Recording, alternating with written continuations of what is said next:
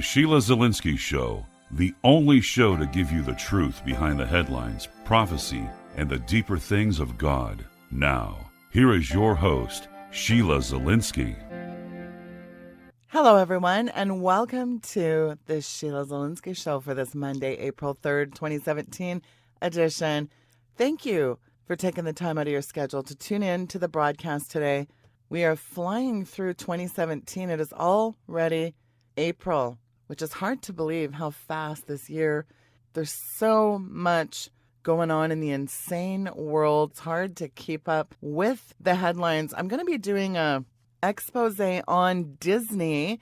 I've touched on this so many times over the years on my show. I got into it when I talked with Steve Quill on Little Creatures. I got into it a bit when I did and you got to go back and check out Gods in Spandex, a YouTube video that I did. I touched on it in that. I touched on it again in a show I did with great video. By the way, if you have not seen the YouTube, Rory Taylor, Chris Brown, Occult Superheroes Exposed. That's a really good show. It's almost a part 2 of Gods in Spandex. So I'll link those two YouTube videos. Do check them out. Very good information considering Disney bought out Marvel and the litany of Marvel movies we've already seen a lot of them, but there's tons more on the horizon. Of course, Spider-Man is back in theaters for the, what is that now? The 768,000th remake of Spider-Man? What's up with that? Wow. There is so much going on, and some of the stuff that's going on is frightening, to say the least. And here to join me on some of these frightening emerging trends is a very sharp guy. He's one of the smartest guys I know. It is Patrick Wood. He is the author of Technocracy Rising. Boy, where are we headed in society here?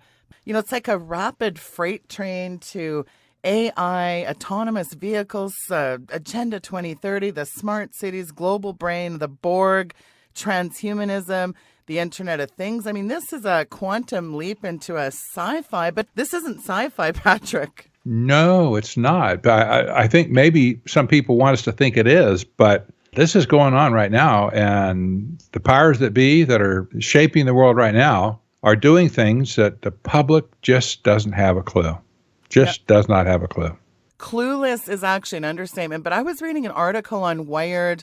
I actually linked it through Drudge, and it said that in the year, get this, and of course this goes back to the poster boy for Singularity, Ray Kurzweil. He said, of course, in 2010 at a conference that, you know, of course, we was talking about the transhumanism, but he's actually changed his forecast radically, saying, hey, 2029, Patrick, 12 years from now, this isn't things of, 100 generations from now. This is now. It is. And just to kind of help people understand what Ray Kurzweil was predicting with the singularity, what he was saying, or at least what he was proposing, is that artificial intelligence would exceed human capability in the year 4045, he said originally. That's how he figured how long it would take for artificial intelligence to grow and to, get better and so on. Right. And so, when you think about that, it's amazing. That means that a computer can outthink a human. And from there, the curve is virtually vertical. In other words, once the computer's got that capability, their own curve of advancement would virtually go vertical. And so Kurzweil predicted this many years ago.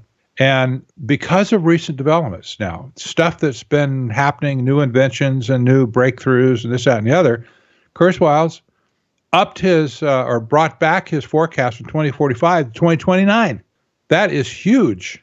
So he's looking at this just a few years out. I mean, you and I will probably be alive in 2029. I'm still reminded, however, that the Bible does have something to say about transhumanism. It says it's appointed for man once to die, and then comes judgment. So I have a feeling that regardless of the best laid plans they have, that they're going to find there's a monkey wrench somewhere along the way that's going to screw their plans up. But nevertheless, they're making the prediction, right? So we just report it. There it is. Well, just last week, this was on the Financial Post, Elon Musk's new company aims to upload and download thoughts. That's merging computers with human brains. So he launched his Neuralink, some venture this literally merges the human brain with AI. So people can go and put in a Google search and look that up. But we're talking about, Patrick, the Internet of everything. This is a new term. It used to be, we used to be concerned with the Internet of Things. That's been kicked around for a long time. And the Internet of Things has to do with all the inanimate objects in the world, like your smart meter and your smart refrigerator and your smart light bulbs and your smart computers and your smartphone. They're all hooked together. They all talk to each other. They're going to. So, people say, well, that's pretty scary. But wait a minute. The Internet of Things now, which is the big talk of the town, is going to include people in the mix. So all the inanimate objects in the world will be communicating pretty much on a real-time basis with all the people in close proximity in the world. Now, this hasn't been possible before, but it is now thanks to communication breakthroughs like the new 5G standard just being going to be rolled out starting next year for cell phone communications. That's 5G, for instance, in relation to 4G and 3G and whatever. The new thing now is 5G. Well, actually, Horizon just said on record recently they're rolling out trials in major American cities this year. This is not 10 years from now. This is this year, Nope. Major metropolises. And this technology, this 5G, it's really a mobile technology to morph us into, or I guess, bridging that divide by implementing this worldwide internet connectivity to absolutely enslave the masses. And yet people just don't get this, do they? Well, no, it used to be, we talked in terms of having like Cox cable or CenturyLink or something, with a hard wire to your house, and then you have Wi-Fi in your house sort of thing. We used to talk in terms of fiber optic cable being connected to homes, and, you get high-speed internet. The problem is those types of connections don't move when you move, right? Yeah. They're stationary. And what the global elite have figured out, the thinkers, this is the movers and shakers amongst the global elite. Your house is a geographic feature on the face of the planet. It can be cross-haired and, longitude, latitude, whatever. Everybody knows where your house is. But when you go out of your house and you go to a doctor, you go to a store, you go to, whatever, they lose track of you because your house is stationary, but you're moving. Well, the new theory in social engineering is we have to also set a geographic point, if you will, on all the moving objects in society. That means anything that moves. Cars move. People move. Drones move. Other things move. But they want to track those moving things as points of geography. And that requires connectivity to do that. Mobile connectivity. Not fixed connectivity. Mobile connectivity. So the new 5G standard that you mentioned is being tested right now, and it's certainly going to be rolled out next year. This new 5G is going to provide people in cities, for instance, on their cell phones and other things that they carry with at least 100 megabit per second connection. Now, you probably don't even get that at your home right now with your cable that you have. That's huge. That's so fast, you just can't hardly imagine how fast it is. Back in the old days when networks and offices were like wired together with coaxial cable, we used to lust for having a 10 megabit per second connection within our own office.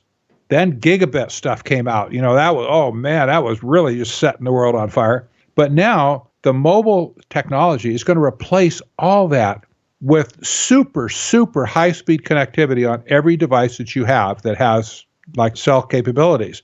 That means everything's connected in real time. Real time.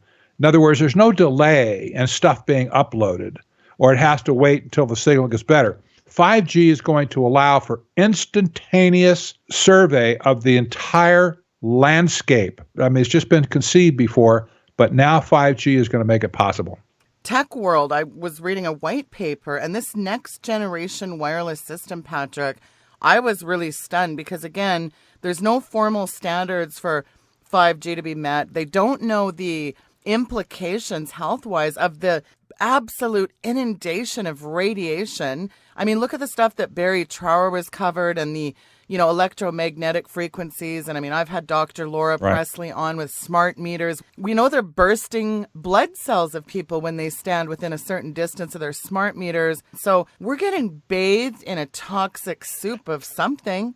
Well, we are, and they don't care at this point. They have said they don't care because it has to be. They look at this as some sort of a manifest destiny almost. It's like we have to do this because we just have to. This is a technocrat mindset, by the way. You'll find that this is common to people who are in this mindset. They don't care what the unintended consequences might be ever because it's the discovery of the technology that matters to them, not what it does down the road, but it's the discovery of it. And yeah, we don't know. We don't know what it's going to be like but we're going to find out real soon. Now, I have a book in my hand. I wish I had video. I could show this to you. The book is called Priorities for GeoInt Research, GeoInt. What GeoInt stands for is geospatial intelligence. Now, this book was produced by the National Research Council. This is an official document. It was produced at the National Geospatial Intelligence Agency. This was the original requirements for geospatial intelligence that was put together by the National Academy of Sciences back in 2006. That's only, 11 years ago now. And I got a hold of this book. I knew I had to have it. When I saw it, I said, I've got to have that because this was the architectural proposition or whatever for geospatial intelligence. That's the field of everything moving, but you're tracking it all the time. Do you remember the war games that took place down in Arizona and Texas, New Mexico 2 years ago? Yes, Jade Helm 15. There you go, exactly.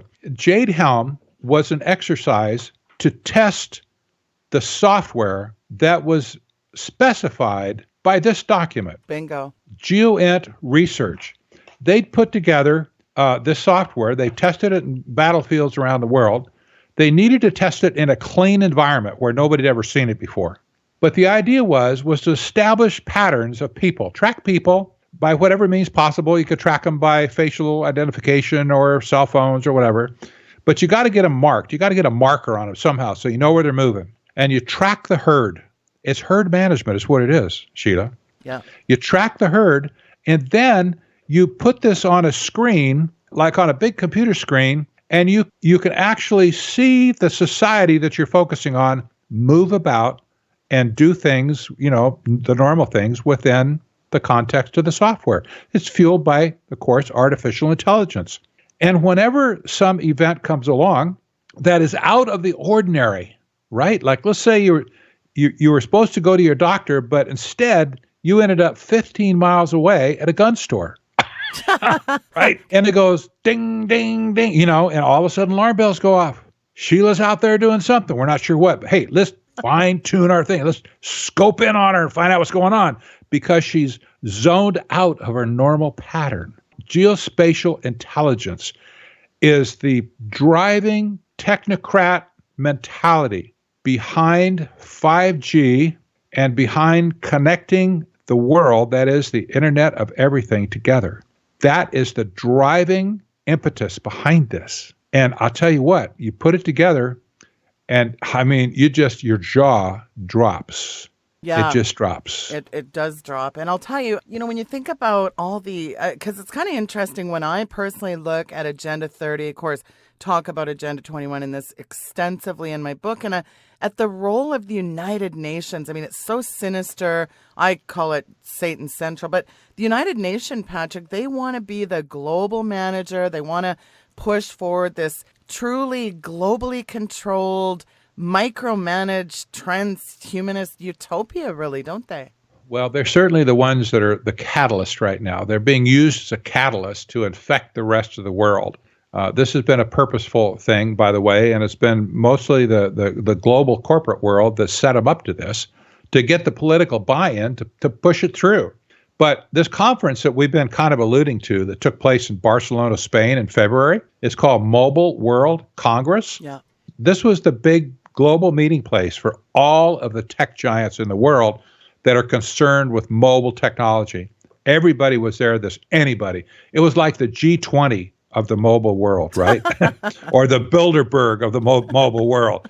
They were all there. And the sponsoring organization was an organization called GSMA. I forget what the acronym stands for, but they're an industry NGO. So the head of that organization, GSMA, gave the keynote speech at the opening of ceremony. And if nobody was concerned about, well, hey, it's just businesses, just mobile.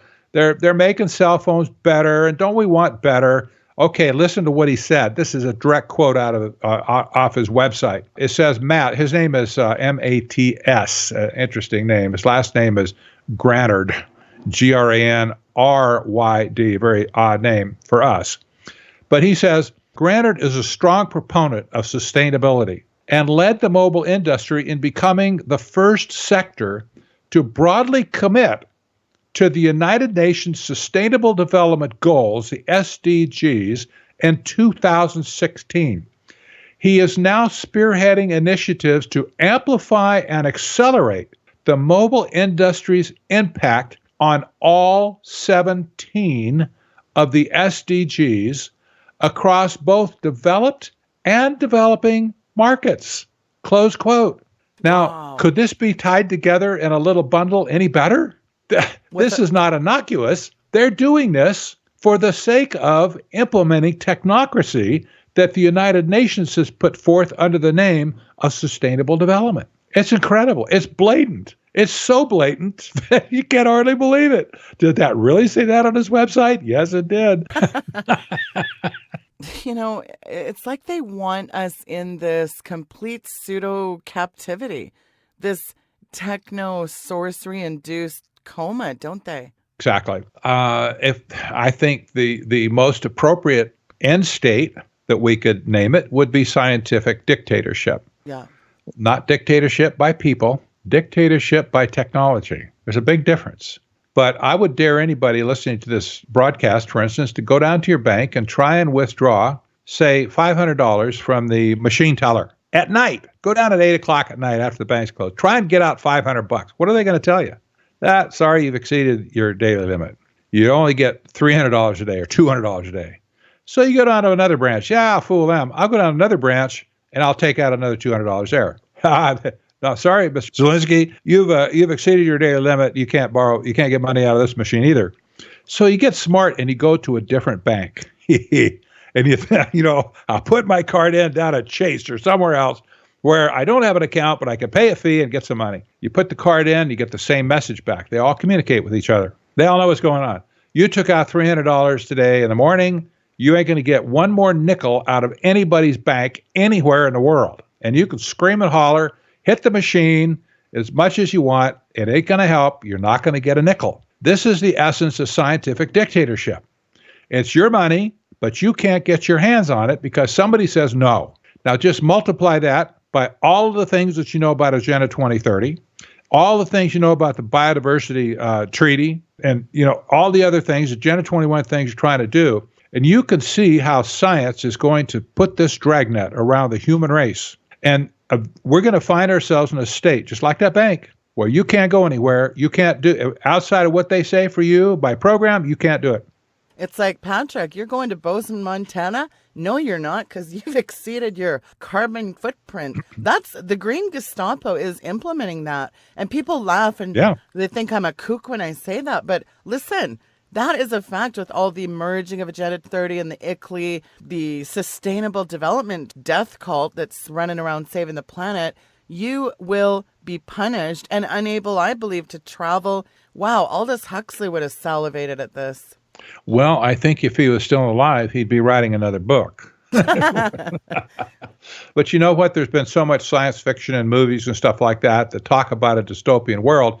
People would yawn. They would look at your book and they'd yawn, like they do at my book sometimes. And some people probably yawn at your book too. I've seen all that before. That was in a movie or what? People have been conditioned. Totally conditioning and predictive programming. I mean, it's not bad enough now that your employer is asking for your DNA. But Patrick, I took a picture about 6 years ago and I posted on Facebook. It was crickets chirping, didn't pick up any wind. HSBC Bank had a picture that said, and you got a picture now, a little thumb with some ink that looked like you would go and get your thumbprint at a police station. It was a picture of a thumb and it said, here was the caption, your DNA will be your data. And I thought, wow. And I phoned HSBC Bank for 3 weeks and I couldn't find who is responsible for putting those out. But it was just a stunning revelation. And you actually covered this. They're now, employers are asking for people's DNA. I know. And this information is going to be public. Everything else is public about you. Why not that too? The people in the world, I know, as screwed up as the whole world is, and individual people in the world is so starved for wisdom. It's just staggering. There's no wisdom anywhere in this stuff. It's like the Scarecrow in The Wizard of Oz. Nobody's got a brain. And there's no wisdom because science is dispassionate. It has no compassion, has no love, has no ability to reason things through and understand whether it's wise to pursue something or not. So this stuff races forward at breakneck speed. Just, hey, we don't care. We don't care about the ethics of it. We don't care about any responsibility. We have no responsibility because we're scientists. And everybody knows scientists invent. Engineers invent too, of course. But they do it because they can, not because it's going to serve society in any particular way. And so all these things keep cropping up. And they say, guys, somebody's got to step in somewhere. Somebody's got to step in and say, look, do you really know what you're doing?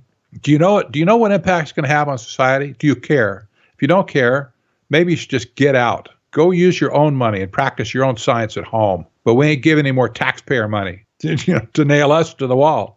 I think the intense cross-pollination between the biotech, the nanotech, they're fusing robots with humans, altering the genome, altering the frequencies of the DNA, how it performs and replicates. And the question becomes, and think about this, China has on record admitted to, making the first, we'll call it chimera.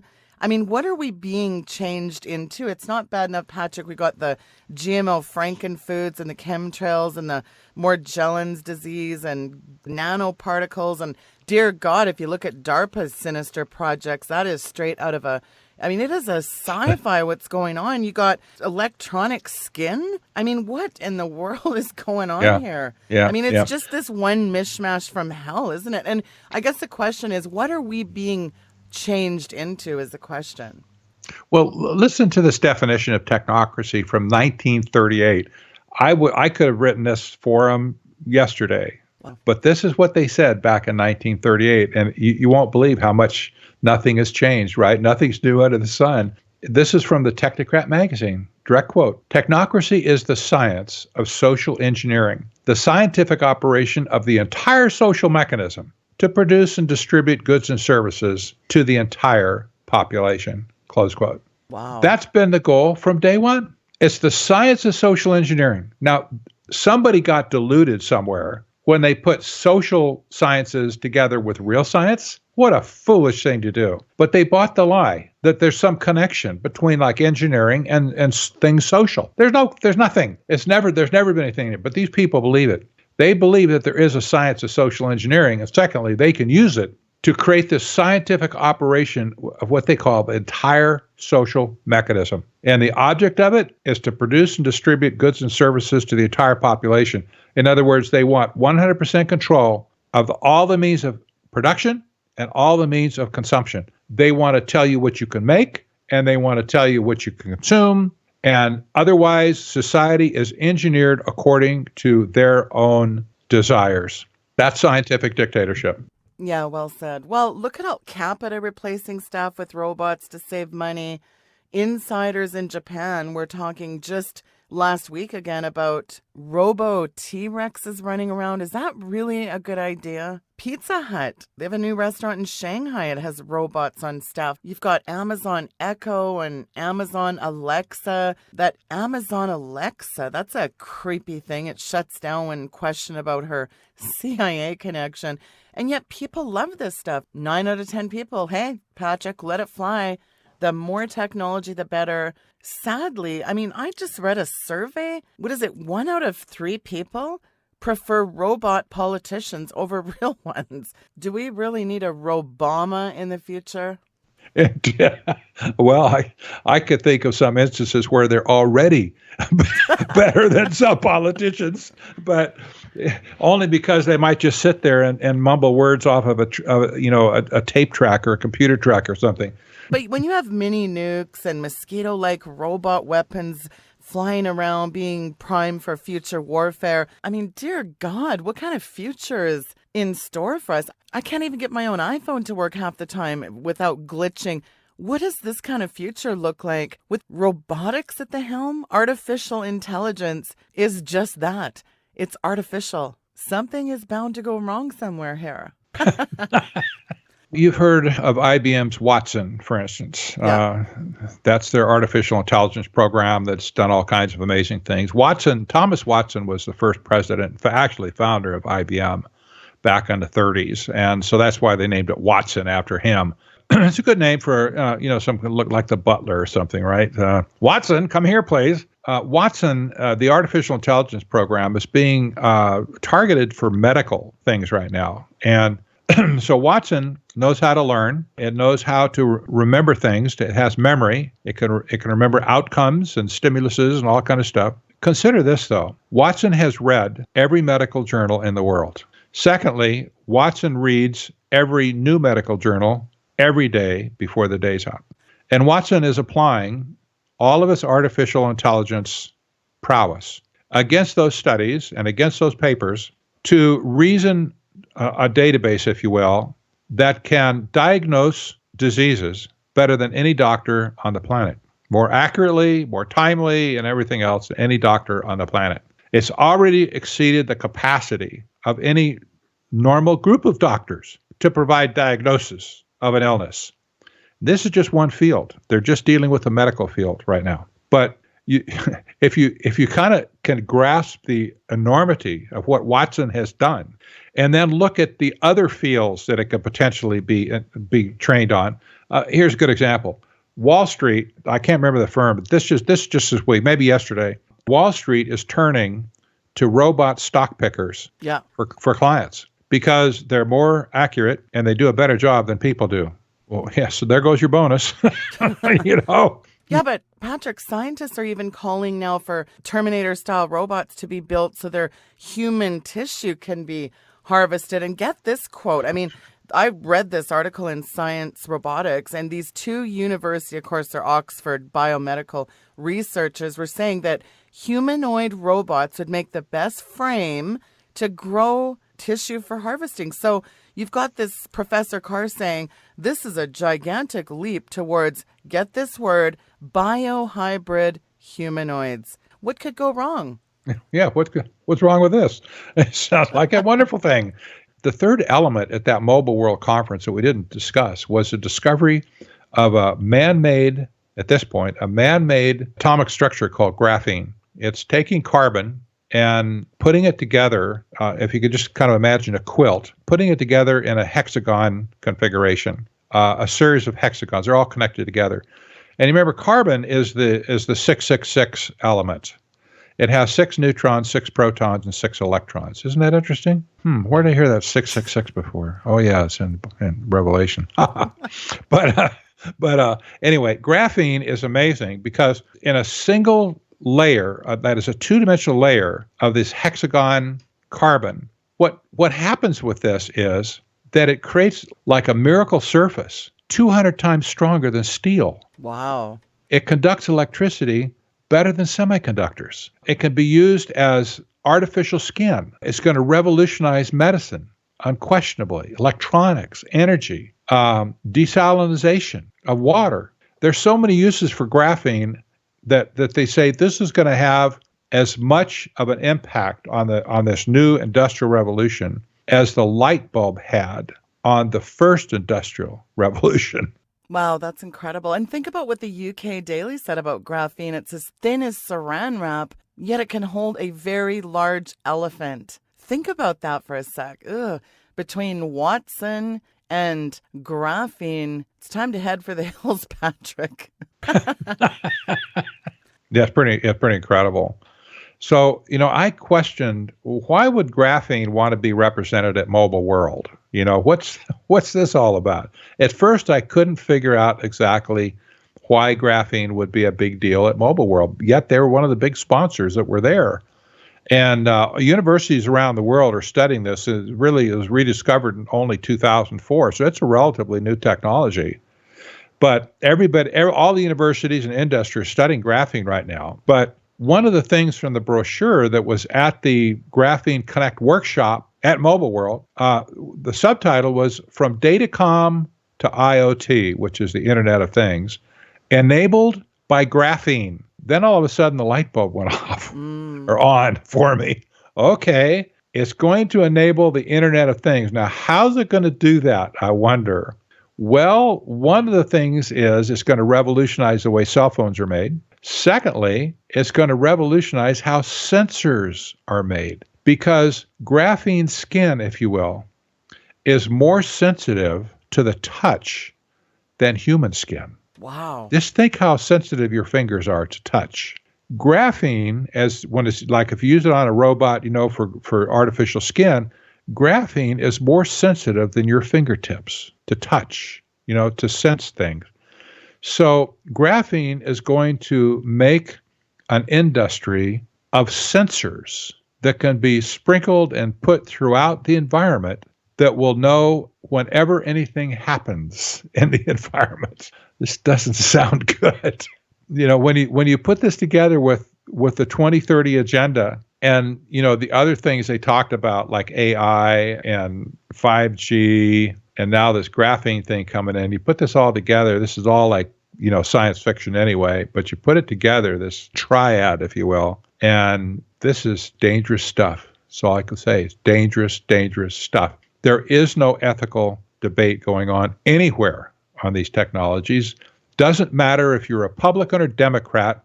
Everybody in Congress is screwing us to the wall on this. They really are. We're going to get it either way. It's just like the law that the House just passed, that it's going to be okay if ISPs, that's internet service providers, sell your browser history without your consent. Right. Oh, thank you very much. They're going to know everything that I browse now. Everybody in the world is going to know what my browsing history is, including the government. This was the Republicans, the GOP initiative that did this to us. It's like nothing has changed. See that, which, by the way, this supports my original contention. The technocrats are like a submarine. They operate under the water, but very effectively. You can't see them, but they're there and they're doing their business, and nobody's paying attention to them because you can't see them. Out of sight, out of mind. But the technocrats are still in control. They're the ones still pushing this kind of stuff and manipulating our politicians to go along with them. They don't understand what they're talking about. Oh, yeah, that sounds good to me. Let's make browser history. Whoever wants to buy it, let them buy it. Yes, it's frightening. Patrick, it's like they want us in this pseudo-captivity, techno-sorcery-induced, neo-pagan, mystical, magical world controlled by the occult. If it isn't cannibalism being trendy, spirit cooking and Aleister Crowley-style thelema and pedogate, you know what this reeks of? It's like Nimrod's dark directive, he being the poster boy, the prototypical transhumanist. He was the ultimate despot, the son of perdition. His Shinar directive, the whole enslaving of humanity, the war against God. And of course, we saw God's intervention at the Tower of Babel, which delayed his hellish plans. But here we go again, Patrick. We're barreling down the track towards Babylon 2.0. You know what this is? This is global Babel. That's what it is. It is. And one book, I hope that if you haven't already got it, you might get a hold of it sometime, by Dr. Parag Khanna, Khanna. The title of the book is Connectography, not like geography, but connectography, mapping the future of global civilization. And what he proposes in this book is a very scholarly book. He's part of the global elite, academic cadre. And he proposes in this book that the cities of the world, the global cities, are going to be the new actors on the world stage for any kind of influence and power. And the global cities are all connected internally and externally as well to each other. And so he views a borderless world, number one, where the city-state will be the primary actor. And he proposes connecting all the city-states together, get this now, to create a global city. Now, knowing what we've already heard about 5G and connections and all this kind of stuff, you can picture, even though Paris is in France, London's in England, New York's in the U.S., Toronto's in Canada, Seattle is on the West Coast, you take all these global cities, Hong Kong, Beijing, and if you connect them together with high-speed infrastructure, which is what they're doing. He envisions creating a global city that acts as one. A global city with no borders. This so far surpasses Babel. It's not even funny. But it's the same MO, isn't it? It's the same thing. We can create a city so great that it will take control of the destiny of humanity, even perhaps reaching up into heaven. That's my commentary, by the way, not what he said. Just is very blunt about connectography. If you connect all the cities together with this infrastructure, the cities will begin to operate as a global mind, which is what they talked about at Mobile World.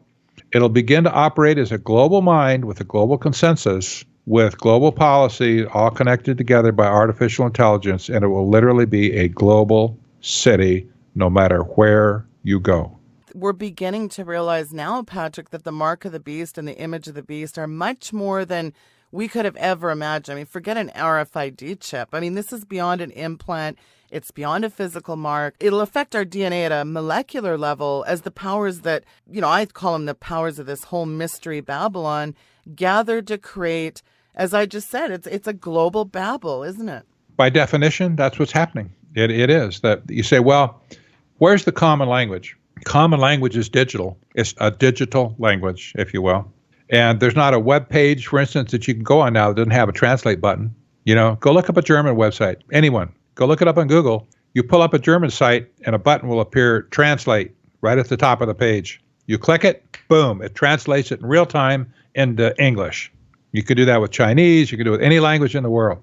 But the digital language, ones and zeros, and of course the technology goes around computers and nanotechnology and biotechnology, the DNA, all that's common language. It's a little bit different than what they had back then, Tower of Babel, but it's the same idea.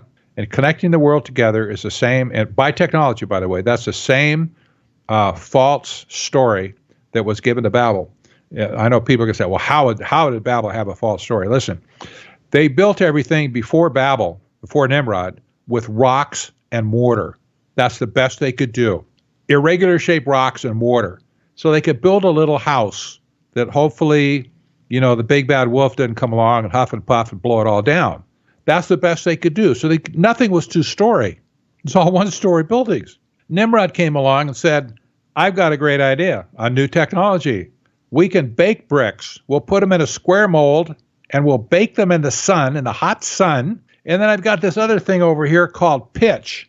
And they use pitch to stick the bricks together, like earthquake-proof almost.